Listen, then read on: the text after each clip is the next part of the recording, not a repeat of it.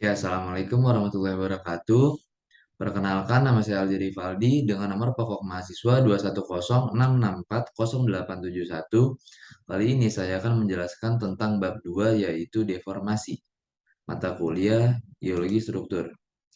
Oke, pada slide ini ada pokok-pokok bahasan pokok utama yang akan saya presentasikan pada kesempatan kali ini. Yang pertama adalah definisi dari deformasi, lalu yang kedua adalah komponennya, lalu yang ketiga ada homogeneous dan heterogeneous, lalu yang keempat ada deskripsi matematis, lalu yang kelima ada gaya dan stres, lalu yang keenam ada dimensional strain, lalu yang terakhir ada strain ellipsoid. Yang pertama-tama yang perlu kita ketahui adalah pengertian dari deformasi itu sendiri. Nah, deformasi merupakan perubahan geometri dan volume pada batuan yang dapat diakibatkan oleh gaya. Gaya tersebut dapat menghasilkan 4 komponen yaitu translasi, rotasi, dan strain. Dan strain itu sendiri mencakup distorsi dan dilatasi. Gaya yang bekerja biasa disebut dengan stres. Oke, next. Selanjutnya adalah komponen deformasi rigid. Jadi komponen deformasi ada rigid dan non-rigid. Yang rigid ini ada translasi dan rotasi. Dan arti dari rigid sendiri itu yaitu kaku dan tidak bersifat plastis. Jadi translasi ini memiliki arti perubahan pada suatu batuan yang mengalami perpindahan secara paralel dan dalam satu tubuh batuan bergerak bersama dengan arah yang sama dan jarak yang sama. Dan terlihat pada gambar di sini arahnya sama ke kanan semua. Lalu contoh pada translasi ini adalah pergerakan lempeng benua. Lalu yang kedua ada rotasi. Jadi rotasi ini merupakan perubahan yang terjadi pada suatu batuan yang mengalami perputaran dengan putaran pada satu titik poros dan memiliki arah putaran yang sama pada satu tubuh batuan. Jadi kalau misalkan arah putarannya ke atas kanan sini, ke bawah kiri, atas kanan, bawah kiri, itu bakal gitu terus. Arahnya satu arah. Lalu selanjutnya, oh iya, dan contoh dari rotasi ini adalah jatuhan batuan di daerah slope akan mengalami rotasi. Next slide, yaitu komponen deformasi yang non-rigid. Nah, jadi pada komponen deformasi non-rigid ini ada strain, dan strain ini terbagi mencakup jadi dua, yaitu distorsi, yaitu perubahan shape, dan dilatasi, yaitu perubahan volume. Strain ini merupakan perubahan yang terjadi pada suatu batuan dengan arah yang tidak jelas. Berbeda dengan yang rigid tadi yang arahnya jelas, kalau yang ini tidak jelas, bahkan dapat berbeda meskipun pada satu batuan. Strain ini dapat terjadi pada batuan, strain yang terjadi pada batuan akan mengalami perubahan bentuk yang disertai atau tidak disertai oleh perubahan volume. Jadi bisa disertai perubahan volume atau tidak juga. Dan perubahan volume ini merupakan perubahan yang terjadi pada tubuh batuan yang mengalami pengembangan atau penyusutan. Jadi kayak tubuh batuan itu akan membesar dan ada yang mengecil juga, tergantung dari deformasinya. Next slide, yaitu di sini ada tabel stress and strain. Jadi sebelum itu kita harus mengetahui apa arti dari stress and strain tersebut. Arti dari stress adalah gaya yang diterapkan pada suatu objek, sedangkan strain adalah hasil dari deformasi non-rigid, yaitu distorsi dan dilatasi. Jadi kalau misalkan stresnya ini compression itu artinya kayak menekan menekan ke dalam dari dua arah, itu akan menghasilkan strain yang shortening. Dia itu akan memendek strain. Kalau misalkan stresnya ini tension atau tarik menarik, nah dia akan strainnya itu akan menghasilkan lengthening atau memanjang. Lalu next page. Nah, di sini ada refleksi diri. Coba pikirkan apa perbedaan mendasar antara translasi dan rotasi dengan distorsi dan dilatasi. Jadi di sini ada translasi dan rotasi, di sini ada distorsi dan dilatasi. Di sini dapat dilihat bahwa translasi ini tidak mengalami perubahan bentuk atau volume. Tapi distorsi dan dilatasi ini merupakan melalui perubahan bentuk dan volume. Ini ada yang mengecil dan ini mengalami perubahan bentuk. Kenapa demikian? Jadi seperti yang saya sudah jelaskan tadi, translasi dan rotasi ini merupakan komponen deformasi yang rigid atau kaku, tidak plastis. Jadi susah untuk mengalami perubahan bentuk. Dan menurut saya translasi dan rotasi ini kaku, namun dia dapat rapuh. Jadi bisa di bisa dipikirkan bahwa translasi dan rotasi ini rigid dan bersifat brittle, atau distorsi dan dilatasi ini non rigid dan bersifat ductile. Itu menurut saya saja. Lalu selanjutnya di sini ada deformasi homogen, homogeneus, dan heterogeneus. Jadi homogeneus ini adalah deformasi yang terjadi secara merata pada tubuh batuan yang terdeformasi. Arti dari merata ini adalah uh, deformasinya terjadi secara beraturan, secara tegak lurus. Jadi di sini ada yang belum terdeformasi. Lalu di sini yang terdeformasi tegak lurus, ini juga tegak lurus, sangat beraturan. Sedangkan heterogeneus ini adalah deformasi yang terjadi secara tidak merata pada tubuh batuan. Di sini ada contoh di kiri yang merupakan belum terdeformasi. Di sini yang kanan ini sudah terdeformasi dan bentuknya ini tidak beraturan sama sekali, acak-acakan. Lalu next slide, di sini ada deskripsi matematis. Jadi deformasi ini sebenarnya dapat kita deskripsikan dan kita modelkan dalam aljabar linear. Jadi untuk deformasi homogen ini, kita dapat kita ketahui bahwa X dan Y ini merupakan posisi awal sebelum deformasi. Dan X aksen dan Y aksen ini merupakan posisi setelah deformasi itu terjadi. Dapat kita lihat juga di sini ada rumusnya untuk mencari X pangkat 2, X aksen, yaitu D11X plus D12Y. Atau untuk mencari Y aksen ini sama dengan D21X plus D22Y. Atau kita bisa dilihat dari sini ada matriks yang dapat disederhanakan menjadi X aksen sama dengan DX, di mana matriks D ini disebut juga matriks deformasi atau position gradient tensor. Sedangkan persamaan tersebut menyatakan transformasi linear atau deformasi homogennya.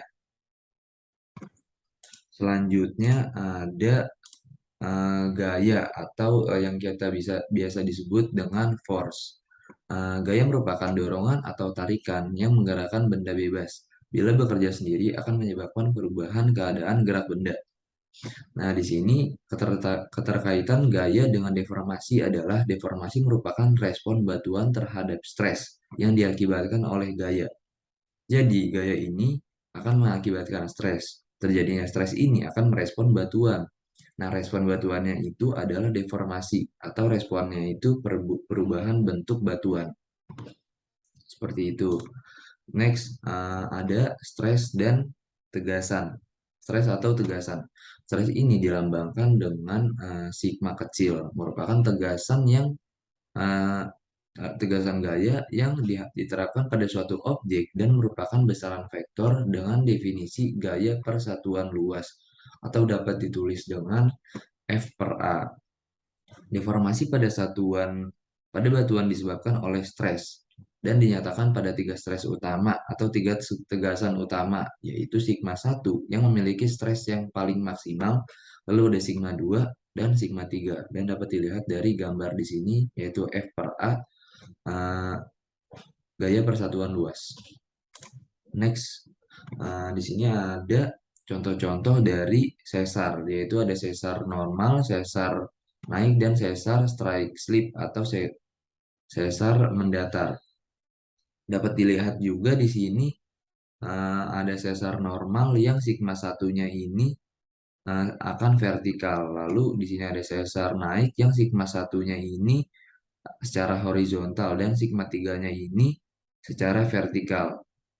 Lalu di sini ada strike slip fault yang sigma satunya ini mendatar atau horizontal, dan sigma 3-nya akan horizontal juga. Jadi sama-sama horizontal. Oke, next. Oh iya, saya mau refleksi diri aja. Jadi sigma 1, 2, 3 ini kenapa selalu membentuk 90 derajat? Itu menurut saya karena untuk menyeimbangkan antara shear stress dan normal stress. Dan kenapa di sini punya tiga tegasan utama, sigma 1, sigma 2, dan sigma 3 itu karena pada suatu bidang yang diberikan stres akan terbagi menjadi dua komponen, yaitu shear stress dan normal stress. Yang dimana kalau dengan komponen arah ada yang vertikal dan horizontal. Tiga tegasan utama adalah principal stress. S1 lebih besar dari S2 dan S2 lebih besar dari S3. S itu maksudnya sigma. Lalu next, selanjutnya ada komponen. Komponen utama atau komponen besar dari stres. Yaitu ada dua. Yang pertama adalah normal stress, ya, compression dan tension, dan shear stress yang memiliki notasi negatif dan positif. Jadi dapat dilihat pada gambar di sini ada sigma n. Sigma n ini merupakan normal stress karena normal stress ini adalah stres yang tegak lurus terhadap yang memiliki vektor tegak lurus terhadap bidang. Lalu yang shear stress ini memiliki vektor yang paralel atau vektor lebih dari satu. Jadi sigma 2 dan sigma 1 ini merupakan vektor dari shear stress. Next ada one dimensional strain. Jadi one dimensional strain ini atau bisa disebut juga dengan single direction strain ini membahas tentang perubahan panjang garis atau objek yang hampir linear. Jadi awalnya di sini ada yang belum terdeformasi, dan di sini di bawah ini ada yang sudah terdeformasi, dan tentu saja panjangnya itu akan berubah, dan yang sudah terdeformasi ini tentu saja akan lebih panjang dari yang sebelum terdeformasi karena terdapat banyak sesar-sesar di sana. Dan dalam one dimensional strain ini terdapat elongasi biasanya. Elongasi ini merupakan tadi yaitu perubahan panjang dari yang L0 jadi L dari yang L0 jadi yang LI. Dan terdapat juga rumus di bawah sini yaitu E sama dengan LI min L0 per L0, atau bisa disederhanakan juga menjadi delta L per L0, di mana LI ini merupakan uh, sesudah terjadi deformasi dan L0 ini sebelum terjadi deformasi gitu. Nah, di sini juga ada rumus stretching di mana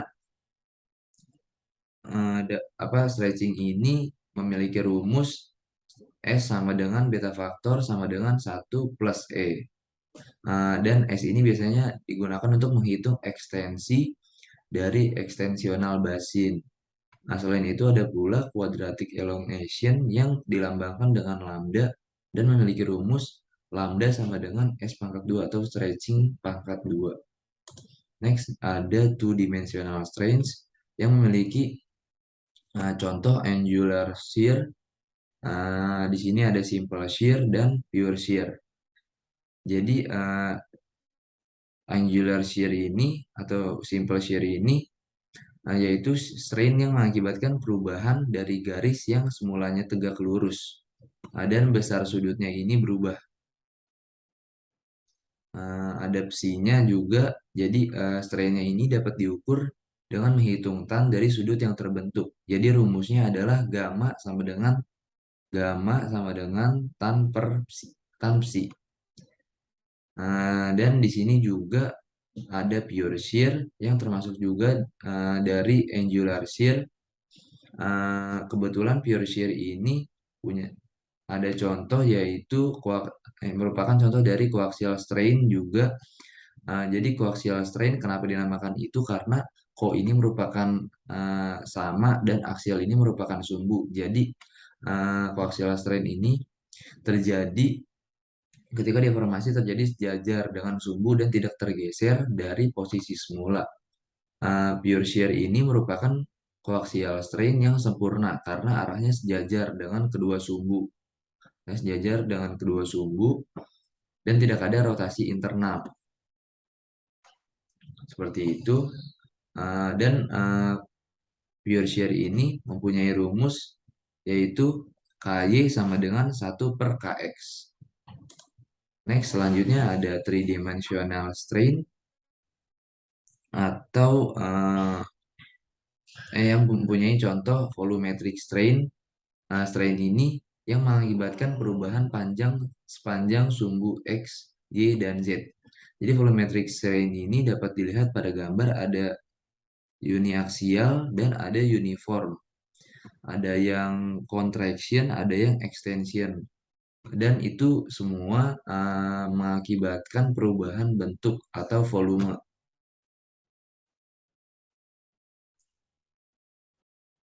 Selanjutnya ada strain ellipsoid. Jadi strain ellipsoid ini merupakan strain bentuk terdeformasi dari bola imajiner yang unit radiusnya terdeformasi bersama dengan volume batuan. Di sini ada yang belum terdeformasi dan di sini yang sudah ellipsoid yang sudah terdeformasi. S1 lebih besar dari S2, lebih besar dari S3. S itu merupakan sigma.